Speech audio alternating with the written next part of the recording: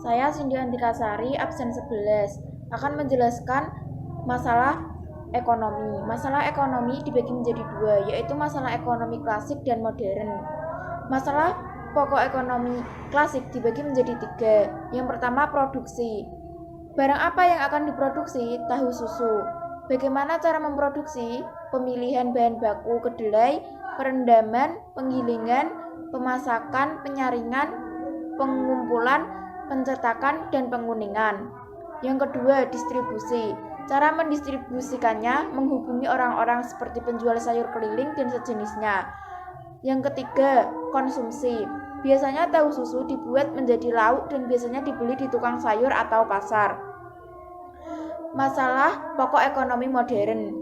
Apa yang diproduksi? Tahu susu. Bagaimana cara memproduksi? Dengan cara pemilihan bahan baku kedelai, perendaman, penggilingan, pemasakan, penyaringan, pengumpulan, pencetakan, dan penguningan. Untuk siapa diproduksi? Tahu susu diproduksi untuk semua jenis kalangan. Assalamualaikum warahmatullahi wabarakatuh. Saya Calista Nuratu Rofiah akan menjelaskan apa itu masalah ekonomi modern dan apa itu masalah ekonomi klasik.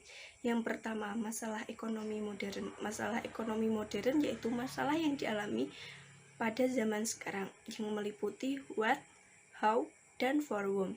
Yang kedua, masalah ekonomi klasik. Masalah ekonomi klasik yaitu masalah yang penyampaiannya benar-benar sederhana, yang meliputi produsen, distribusi, dan konsumen. Selanjutnya, kita akan menyimak video berikut ini. Kita lihat banyak menjelaskan tentang masalah ekonomi modern dan masalah ekonomi klasik. Yang pertama kita bahas yaitu masalah ekonomi modern. Masalah ekonomi modern meliputi what, how, dan for whom. Yang pertama kita bahas yaitu what. What yaitu produk apa yang akan diproduksi.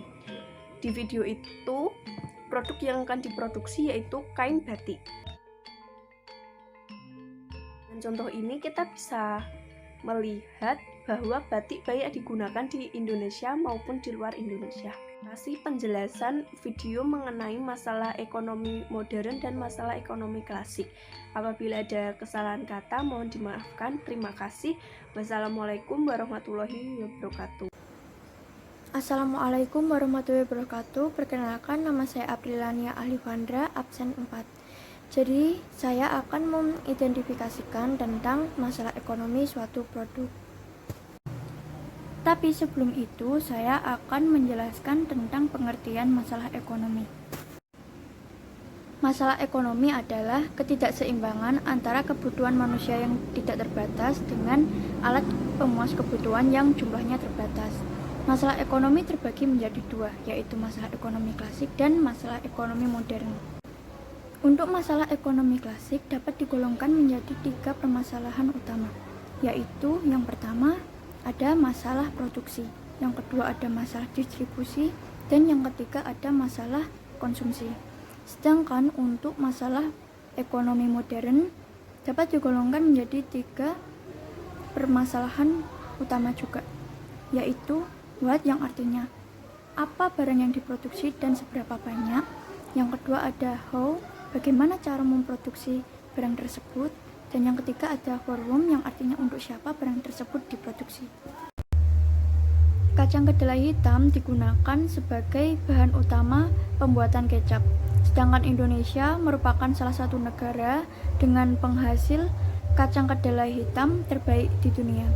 Untuk jasa produksinya, di Indonesia masih ada yang menggunakan tenaga manusia dan juga sudah ada yang menggunakan tenaga mesin.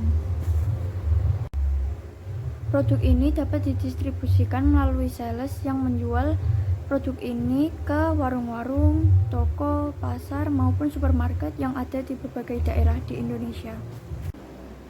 Untuk masalah konsumsi tergantung pada pemakaian dan kebutuhan para konsumen. Barang yang diproduksi adalah kecap. Kecap akan diproduksi dalam jumlah yang banyak karena akan didistribusikan ke seluruh wilayah Indonesia. Cara membuatnya adalah sebagai berikut. Dibuat dari kedelai yang disortir, dicuci, direndam, dan direbus selama kurang lebih 4 jam. Setelah itu, proses pendinginan dan fermentasi tahap pertama yang disebut dengan fermentasi koji selama 3-4 hari. Lalu, dipindahkan ke dalam drum dengan ditambahkan garam. Tahap ini kemudian masuk dalam tahap fermentasi kedua atau sekunder, yaitu fermentasi moromi. Semakin lama proses fermentasi garam ini, maka rasanya pun akan makin enak.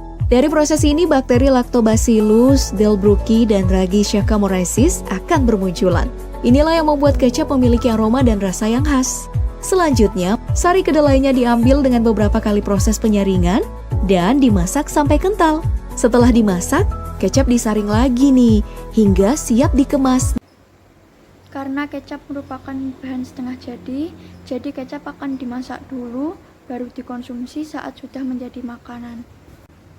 Jadi produk ini dapat dikonsumsi siapa saja dan digunakan siapa saja dari semua kalangan. Sekian dari saya. Wassalamualaikum warahmatullahi wabarakatuh.